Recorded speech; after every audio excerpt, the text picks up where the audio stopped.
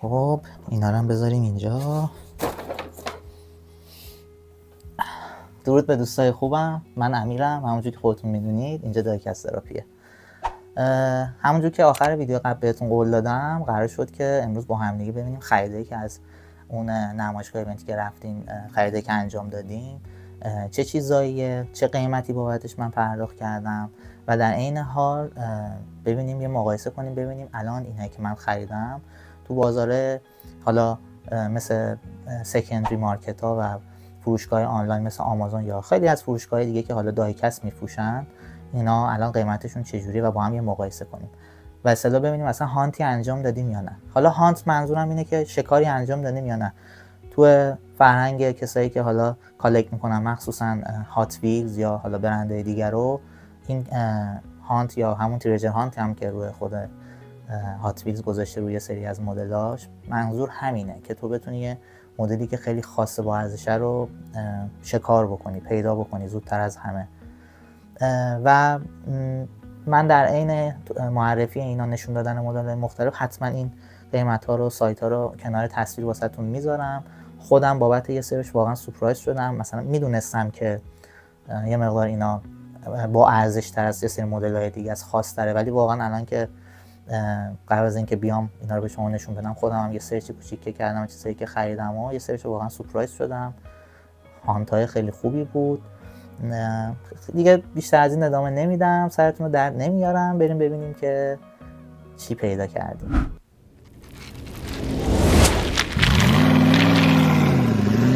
من اینا رو بذارم این عقب که جامون باز بشه، برای اینکه دونه دونه من اینا رو بهتون نشون بدم.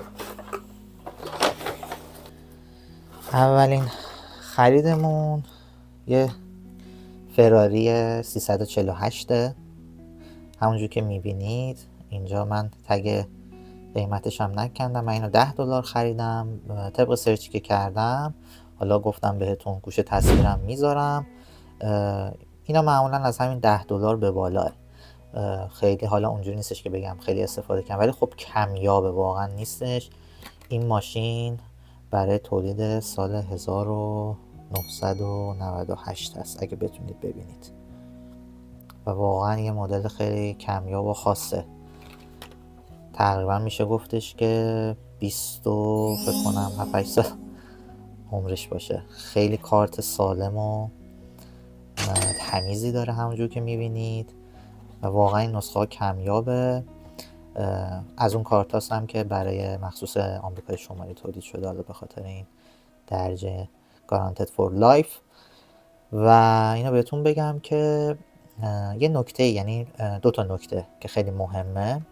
یعنی این تایمی که من این ویدیو رو دارم ضبط میکنم و از سایت رفتم قیمت ها رو در بیارم، بلک فرایده و رو بعضی از اینا یه تخفیف کوچیکی خورده، بعضیاش هم نه. یعنی اون تخفیف هم در نظر بگیرید.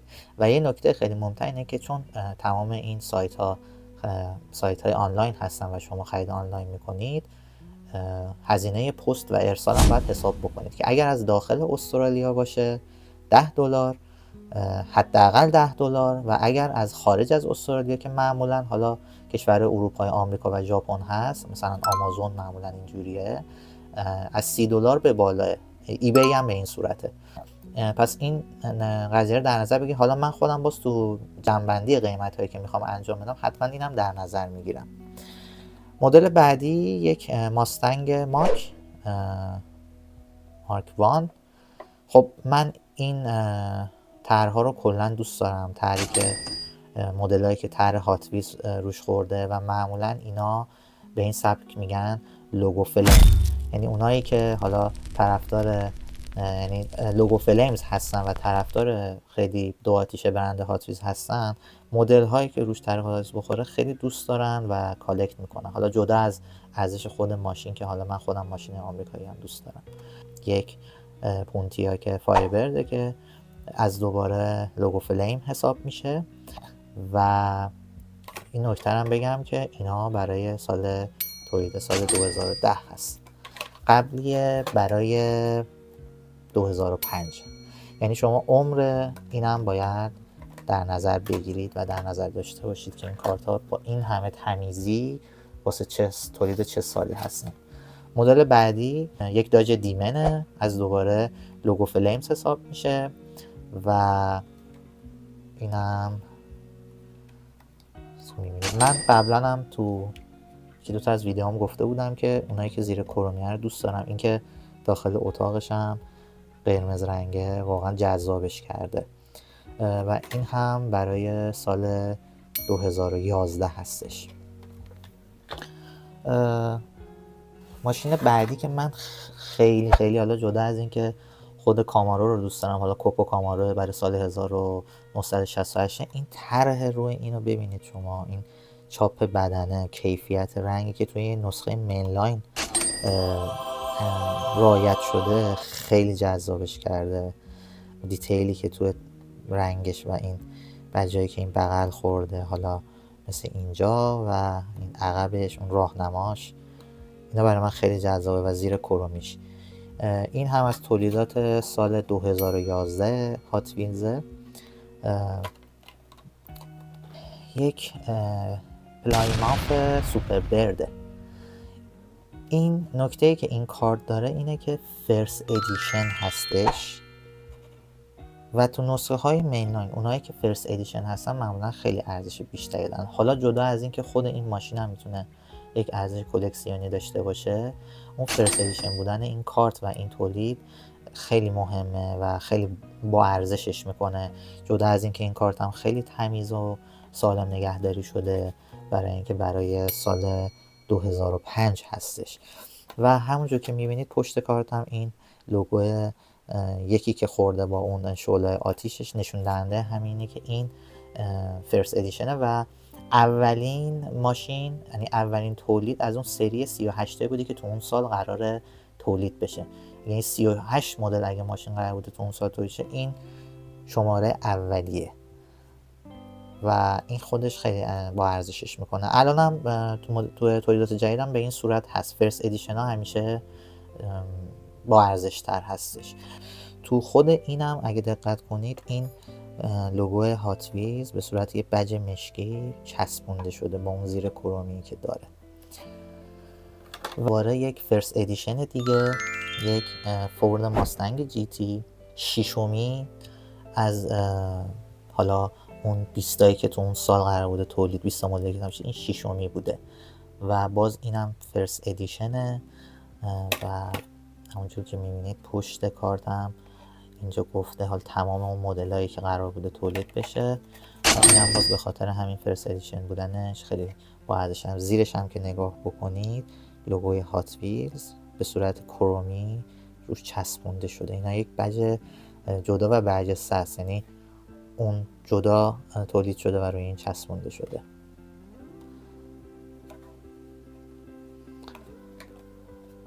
من این 6 تا مدل، این 6 تا کارت رو از یه غرفه خریدم. اینا رو دونه $10 اول میگفت، ولی به خاطر اینکه من ازش 6 تا دونه خریدم، 6 تا رو با من $50 حساب کرد. $60 $50 حساب کرد. حالا من ارزش دونه دونه جداش که توضیح دادم و اون گوشه واسهتون میذارم که ببینید. یک دلورین مربوط به سری فیلم های بک تو د فیوچر، میدونم که میشناسید. خب این یه مدل خاص من تا حالا حقیقتا ندیده بودم اصلا. اینکه این چرخاش تو حالت معلق قرار میگیره خیلی جذاب و کمیابه، من ندیده بودم. جزئیات خوبی هم توش رعایت شده همونطور که میبینید. اینم من خریدم $10. نمیدونم البته 5 یا $10 حقیقتا یادم نیست. اینم خیلی باحال بود، من گرفتم، ندیده بودم. نسخه بعدی یک پورشه 911 کررای آرس 2.7. اینم کلا پورشه پرطرفدار و کمیابه، کارتایش خیلی زود میشه، جزئیاتش خوبه تقریبا. و به بعدی هم یه دونه فورد ماستنگ دارک هورسه که اینم باز من ازش یکی دوتا داشتم، ولی خب اینجا دیدم فکر کنم $3 یا $4 بود خریدم، چون جزئیات و دیتیل خوبی توش رعایت شده. چاپ چراغا انجام شده عقب و جلو، یه پلاک مخصوص خودشو داره و اون رنگ ماتش من خیلی دوست دارم اینو کلا. یه دونه ماشین مانستر تراکه از تولیدات هات ویلز. اینو حالا من خودم خیلی اونجوری مانستر تراک جمع نمی کنم، ولی خب اینو به خاطر اینکه از سری فیلم های فست اند فیورس و نیسان اسکایلاین مربوط به پال واکره، چون من خودم فن فست اند فیورس هستم، اینو خریدم و اینم یه نسخه خیلی کمیاب و پرطرفداریه. من $15 خریدم، ولی حالا تو سرچ هایی که کردم برای اینکه قیمت رو برای شما بذارم، الان تو تخفیف ها از $10 هم میتونید پیدا بکنید. یک بیوک ریویرا برای سال 1964 که از مچ باکس از سری کالکتورزش هستش. این سری کالکتورز چه فرق داره با مدل های حالا پایه و بیسترش؟ اینه که جزئیات بهتری داره، مووینگ پارت داره، یعنی مثلا درش باز میشه، لاستیک های رابر یا ریل ویلز داره. خب همین خیلی با ارزشش میکنه. من اینو $10 گرفتم، ولی سرچی که کردم برام خیلی، یعنی خودم سورپرایز شدم، این از $40 به بالا من پیدا کردم. حالا شاید بیشتر سرچ کنم ارزون ترم بشه پیداش کرد، ولی خب من خودم چون ماشین آمریکایی دوست داشتم و رنگ قرمزش هم دوست داشتم گرفتم. پورشه 911 کریرا فورس رنگ زرد، اینم از دوره از تقریبا میشه گفت این مووینگ پارت های مچ باکس تقریبا از تولیدات جدیده. حالا این 2-3 ساله داره اینا رو تولید میکنه، پرطرفداره، بعضی مدلاش واقعا کمیاب میشه و من خودم این پورشه رو خیلی خوشم آمده گرفتم. بیرون ندیده بودم حقیقتا پورشه‌شو، یعنی انقدر زود تموم میشه یه سری مدل‌ها، مجبور میشی که توی همچین ایونت های مدل‌ها رو بخری. اما خرید بعدی اولین جانی لایتنینگیه که من توی کالکشنم خریدم، یعنی این مارکو من این اولین ماشینی که از این برند من خریداری کردم، از قبل نداشتم و دلیلش هم اول این بود که این ماشین برای فیلم گرین هورنت، اگر که دیده باشید، من مطمئنا این فیلم رو دیدید که یک ماشینی بودش که حالا جلوش تیراندازی میکرد، این جلوش تو عکس هم مشخصه، حالا هم موشک شلیک میکرد، همینجاش یه مسلسلی داشت، از پشتم دود و نمیدونم میخ و روغن و اینا میریخت. یه ماشین حالا مثلا برای یک ابرقهرمان آمریکاییه. من فیلمش رو دوست داشتم. این ماشین بر اساس کرایسلر ایمپریال ساخته شده، یعنی از اون کرایسلر الهام گرفته شده. رنگ اصلیش تو فیلم مشکیه، اما حالا جانی لایتنینگ اومده اینو مثلا مقدار خاصش کنه، یه سبز کرومی بهش داد و اینم باز از دوباره کل بدنه و زیرش، یعنی اون بیس و شاسیش فلزیه همونجور که میبینید و چرخهای واقعی داره. ببینید اینجا خودش گفته ریل ویلز، یعنی جنس لاستیکا پلاستیک خشک نیست مثل سریای مینلاین هات ویلز و از رابر هستش. من خودم اینو خیلی دوست دارم، حالا گفتم که اینم بخرم. اینو هم من خریدم $10، ولی طبق سرچی که کردم الان از $40 به بالا هستش توی بازار. مدل بعدی مدلی از اتوورد که باز اینم اولین ماشینیه که من از برند اتوورد توی کالکشنم خریدم. اون عرفداری که ازش این ماشین رو خریدم به من گفتش که من اولین ماشینم توی زندگیم این ماشین بوده، که میگفت تو سن نمیدونم 21 سالگی بکنم، میگفت من اولین ماشینی که تو زندگیم خریدم این مدل بوده، داشت خاطراتش رو برای من تعریف میکرد. این هم یک ماشین اسپشیال ادیشنه همونجور که اینجا میبینید، یعنی کلا 2496 تا ازش تو کل دنیا تولید شده که این یکی از اوناست و اینم از دوباره بیسش و بدنش کاملا فلزیه و چرخ رابر و واقعی داره و کاپوتش هم باز میشه اونجور که میبینید. از برند اتوورد. برند اتوورد واقعا یه برندیه که خیلی کیفیت مدل کالا و دایکستی که میزنه تو مقیاس 1.64 خیلی کیفیت بالایی داره. و یه نکته دیگه که در مورد این یادم رفت بهتون بگم اینه که این مدل به خاطر اینکه زیر نظر پلینگ مانتیس تولید شده با ارزش ترش میکنه، چون مثل اینکه الان این برند جانی لایتنینگ زیر مجموعه اوتو ورد شده و مدل‌هایی که قدیمی تر و زیر این برند تولید می شده اونا با ارزش تر الان برای کالکتورها. امیدوارم نکاتی که میگم براتون جذاب باشه، دوست داشته باشید. برای من خب خودم همیشه اینجور چیزا خیلی جذابه. مدل بعدی یکی از مدل های دوتایی از پک های دوتایی برند هات ویلز از لاین پریمیوم. لاین پریمیوم همیشه با کیفیت و با ارزش‌تر از لاین مین لاینه، به خاطر اینکه بدنه و شاسیش فلزیه، دیتیل و چاپ‌های دقیق‌تری روش رعایت شده، اون کیفیت رنگش خیلی بهتره و اینکه لاستیکاش ریل رایدر یا همون رابر لاستیک واقعیه و از همه مهمتر که لیمیتد تولید میشه، یعنی اینا خیلی مدل‌های یعنی کم تولید میشه نسبت به نسخه های مینلاین.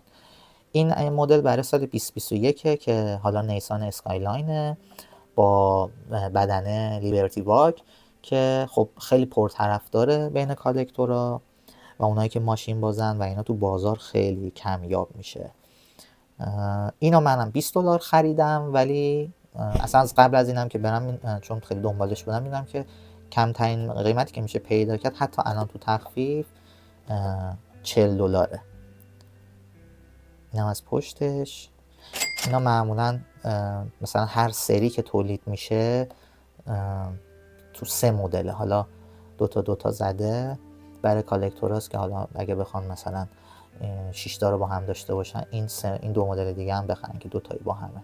از پاکت دوممون دوباره از مدل های مچ باکس هستش، یک مرسدس بنز 230 SL. بعدی دوباره یک تویوتا جی آر سوپرا برای سال 2023 از مدل پرطرفدار.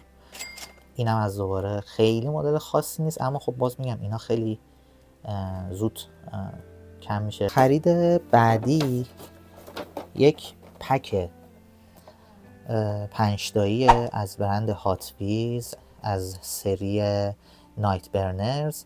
این برای تولید سال 2022 هستش، بله، و ماشینای ژاپنی بیشتر. دقت کنید این 3 مدل ماشین ژاپنیه. حالا من این ماشین پلیس رو نمیدونم. اینم یک مکلارن اسپید تیل هستش.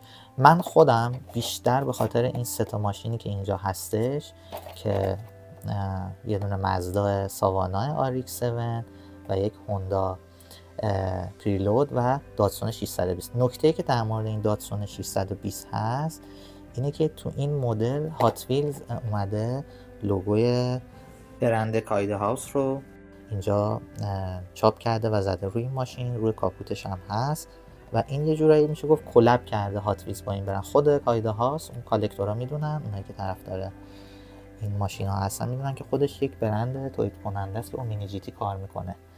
من اینجا یه نمونهشو دارم، همونجور که میبینید کایده هاوس مینی جی تی و این اومده اینجا روی این وانت اینو زده و این خودش این ماشین رو خیلی جذاب کرده بین کالکتورها. خرید بعدیم از برند تارماک هست، یک فراری F40. این هم حالا خیلی مدل مثلا کمیابی به نظر نمی اومد برای من. من اونجا فقط به خاطر اینکه سفید بود و دنبال فراری سفید بودم و تو خرید آنلاین پیدا نکرده بودم، تو فروشگاه آنلاین اونجا دیدم خریدم. اینو من فکر کنم $30 گرفتم، اما بعدن که اومدم سرچ کردم دیدم که تقریبا از $100 به بالا تو بازار هست. حالا شاید الان تخفیف ها کمتر هم بشه پیداش کرد. این برند تارماک یک برندیه که خیلی جزئیات و خوب توی ماشیناش توی ماکتاش رعایت میکنه.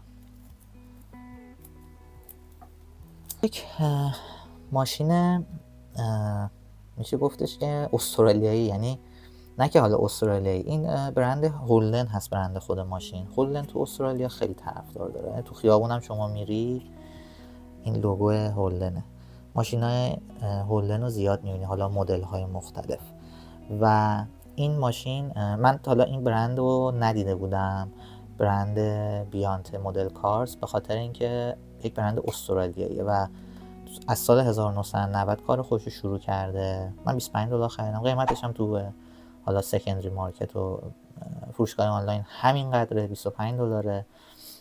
و این یک مدل لیمیتده، کلا لیمیتد تولید میکنه و میاد روی ماشینایی که حالا توی مسابقات مختلف قهرمانی‌های کسب کردن و اینا رو ماشیناشو تولید میکنه. خیلی جزئیات خوبی داره.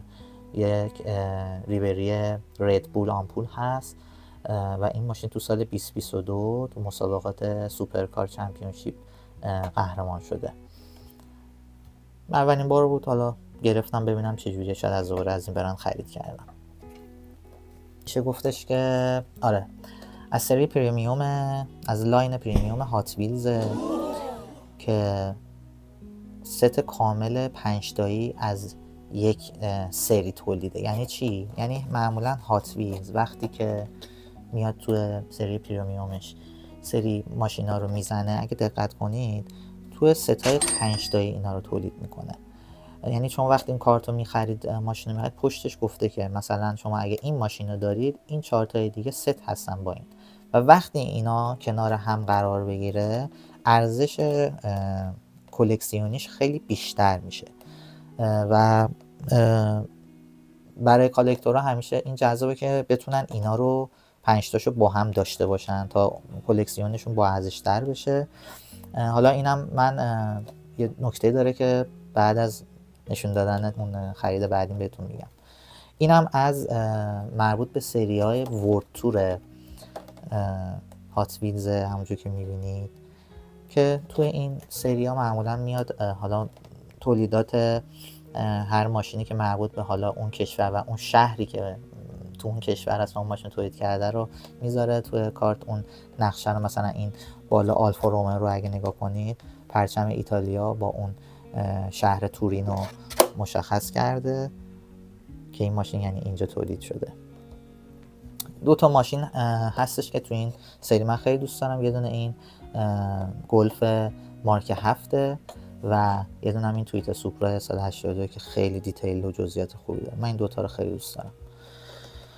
و خرید بعدی دوباره از سری پریمیوم هات ویلز برای سری فست اند فیورس، از دوباره یک پک کامل از ست 5 تایی. ببین وقتی میگم اگه دقت کنید اینجا شماره رو زده 1 از 5، 2 از 5، 3 از 5 و تا پایین 5 از 5. من این مدل رو قبلا فقط تونسته بودم اینو پیدا کنم، یعنی این 4 تای دیگر رو من تو بازار نتونسته بودم پیدا کنم. البته هستا با قیمت‌های خیلی بالاتر، یعنی میان میخرن تو بازار اینا رو جمع میکنن. اگر اینا دونه $8 باشه یهویی میبینید که مثلا 5 تاشو با هم جمع کرده میفروشه $60، میفروشه $70 که خب مثلا دونه تقریبا $10 به بالا میفته و گرون میشه. اینم از دوباره همون جوریه، 5 تاش با همه. من این 2 تا رو چون از یک غرفه خریداری کردم، اگه نگاه کنید روی جفتشون قیمت $40 خورده، ولی من چون این 2 تا رو با هم خریدم با من جفتش رو $65 حساب کرد. یعنی هر کدوم از این 5 تاش هر کدومش برای من $32.5 افتاد. خب خیلی مناسبه برای اینکه اینا از $8 شروع میشه اگر بتونید اینجوری 5 تاشو با هم پیدا بکنید. و یک نکته دیگه اینه که همین پروتکشن و همین تلقی که داخل، یعنی این 5 تا داخلش قرار گرفته برای محافظت، همین از $6 به بالاست تو بازار اگه بخواید بخرید و هیچ پولی اضافی از من بابت این نگرفت و همینطوری با من اینا رو $65 حساب کرد. و خرید بعدی دوباره اولین مدل از برند گرین لایت که من توی کالکشنم خریدم. من تا حالا از این مدل نداشتم. من اکثرا یا حالا مچ باکس داشتم یا هات ویلز یا حالا یه سری برندهای دیگه که بعداً جلوتر بهتون میگم در آینده. اینم اولین مدل بود که من خریدم. حالا چون خودم خیلی نیسان اسکایلاین دوست دارم، مخصوصا R34 رو، این مدل خریدم با یه دونه مینی فیگور که حالا راننده مسابقه داریم جمع نوشته ریس کار درایور و اینم خیلی مدل جذابی بود برای من. حالا بعدن که اومدم سرچ کردم دیدم تو بازار اینم تقریبا میشه از $30-40 به بالا. من $22 خریدم اینو. و خرید آخر پک دیوراما یا 4 تایی از برند هات ویلز لاین پریمیوم. این مدل برای مدل ترک دیز و ببخشید از مدل ترک دیه که یه جورایی تیم ترانسپورت هم حساب میشه، به خاطر اینکه همیشه کامیون ماشین بری اینجا هست. و 3 تا مدل خیلی خاص و کمیاب که اینجا اسمشون رو نوشته، یک آودی اسپورت کوادرو، لامبورگینی اسنزا و سابر مرسدس. البته اون کامیون هم که یورو هالر هست. این مدل ها چون خیلی لیمیتده باز خیلی تو بازار زود کمیاب میشه، مخصوصا اگر تو هر کدوم از اینا یک ماشین خیلی خاص باشه و سریع قیمتاشون اضافه بشه. $50 روش تگ زده ولی من $45 خریدم. الان هم تو بازار تقریبا از همون $40-45 شما با تخفیف ها میتونید پیدا بکنید. حالا اینم جور جعبشه که حالا باز اینجا اسم مدل ها رو زده و اینکه این پایینم تمام حالا لایسنس هایی که گرفته شده واسه تولید این مدل. و اینم باز هم اولم گفتم پریمیوم، تمام ماشینا بدنه و بیسش فلزی و کیفیت رنگ بالاتر و لاستیک های جنس رابر یا واقعی.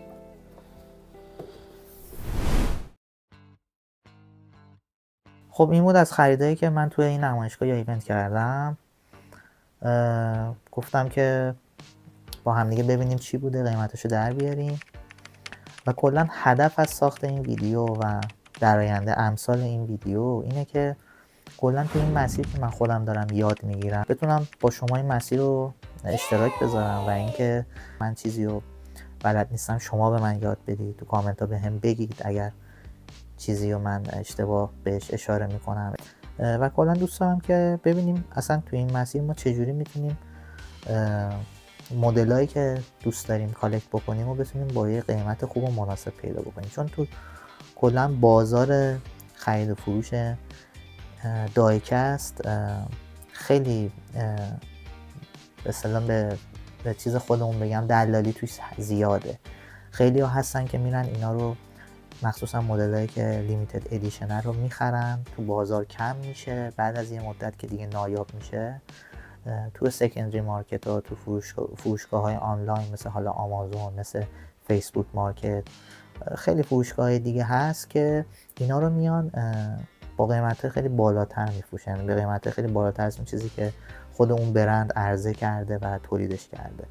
حالا تو همینا هم مشخص بود دیگه که خیلی مدل ها هستش که قیمتاش روز عرضه خیلی پایین تره، ولی خب حتی خود منم الان اونا رو گرونتر خریدم، اما باز نسبت به چیزی که تو بازار بوده تونستم قیمت مناسب تری پیدا بکنم.